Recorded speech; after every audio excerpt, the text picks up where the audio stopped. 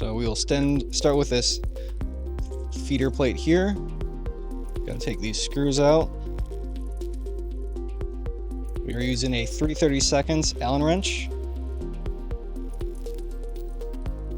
Then just set this off to the side. Just set those with it. Now we can take out these blocks. They only go in one side, so if it doesn't go back together, you just gotta flip the sides. Next, we're gonna take off the mast here.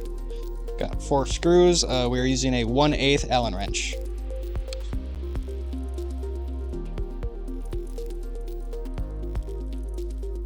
Alright, and we just gently take it out, making sure nothing gets bent out of shape. Set that off to the side, along with its screws. So now we have the whole feeder belt assembly with the white belts. We are going to take our 1/8 and we're going to take off all the screws holding the bearings down, as well as the center round shaft there. So at the end, you should have 6 total screws.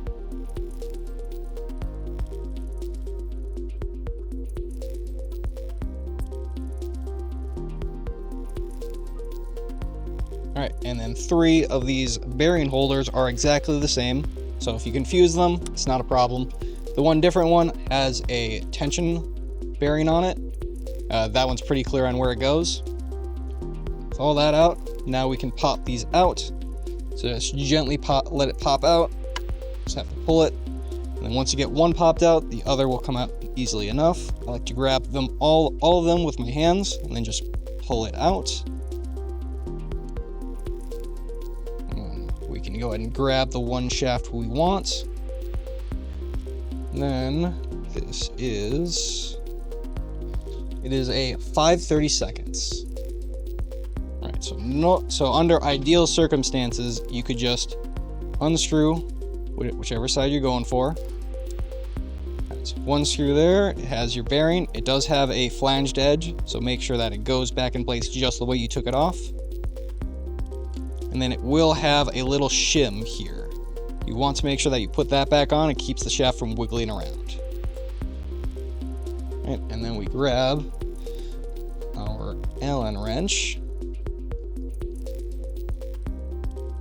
It will be a 5/64 to get the set screw out of the plastic piece here. All you have to do is unscrew it a little bit and it comes off. Put your set screw in your new one, put it back on here, and tighten it back down. There is a flat spot here on the shaft, so you just make sure that you line up the set screw with that flat shaft and you will be good.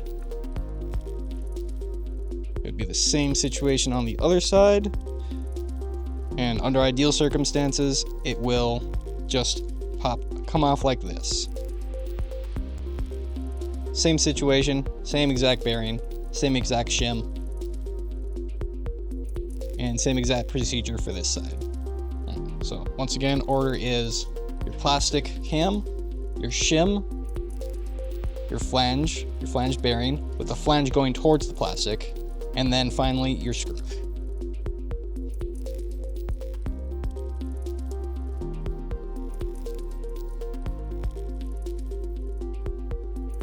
Alright, so now let's go ahead and go over here to some sort of vise material that's more of a foam, so it won't scratch the metal. That would be ideal.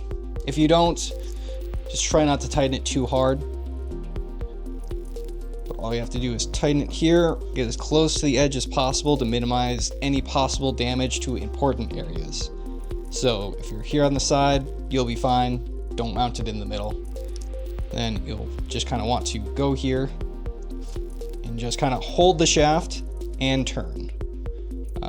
If the whole thing is turning and you can't hold it, you just got to tighten it more.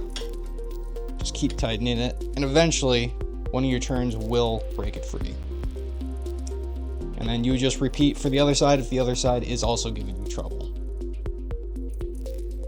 Alright, and so at this point, if you're replacing your feed belts, you could do that. Otherwise, I'm just going to stick this shaft back in with the other pieces. and then as a whole, I will grab them all. It's kind of gonna want to grab and bundle all the belts to one side. It'll make it easier to install all the pieces. All right, and then we just gently put them on like so. We will organize them in a minute. The most important one to get first is our cam, or is our pulley shaft. So we're gonna get that, push that into the belt. That's now gripped in the belt. Now that we have that, we can set this one in place, and we can adjust the other pieces to get them back in position. So this piece has a flat side and a round side. Make sure the flat side is up against the aluminum where it gets screwed in. That's in place. So now we can adjust the belts so that they're not overlapping. We will be able to easily move them into their correct position later, but for now, we are just going to have them sit wherever is convenient. So all you do is just put a lot of effort and get it into place. This shaft should stay there.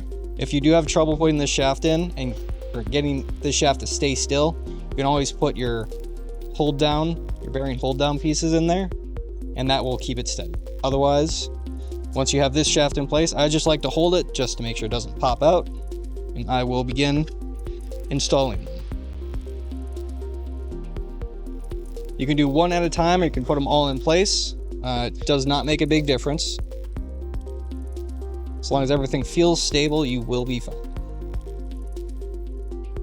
All right, and then once again, we're using our 1/8 Allen wrench.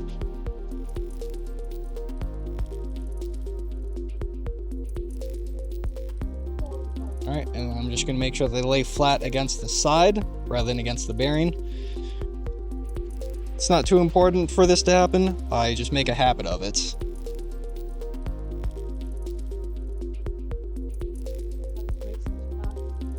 All right, and then just make sure that this is all sitting nice and flat, and the tensioner goes down into that belt and pushes it down. Some tight, and then now we will get the center shaft all set.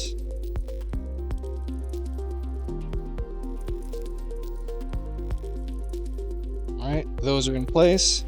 Now I'm going to manually move these belts into place. If you don't want to do it manually, you can wait until you have everything together.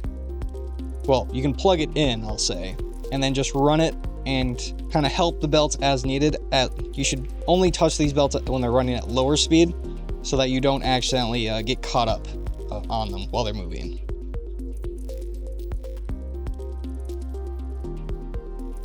You'll know the belts are in the right spot by a raised area on the shaft. For instance, right here, you'll see there's a slight raised area. That's where they like to catch. And once you get them pretty close to where they want to be, they will find their position.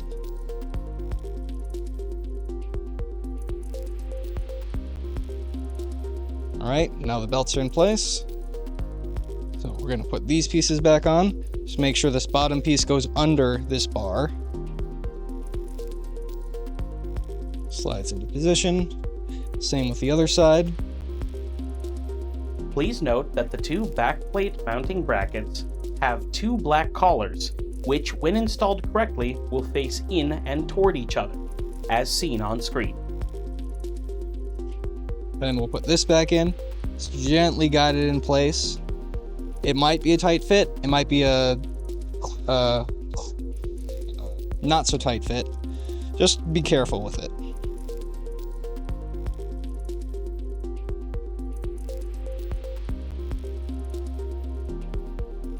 And then we are using our 1/8 Allen wrench for this. I'm just going to move it to make sure that it's sitting slightly above the belts when it's all screwed down, which it should by default, but these do vary a little bit between machines. All right, then that's all screwed down. So now we can put our back feeder plate on. And we are once again using our 3/32 Allen wrench.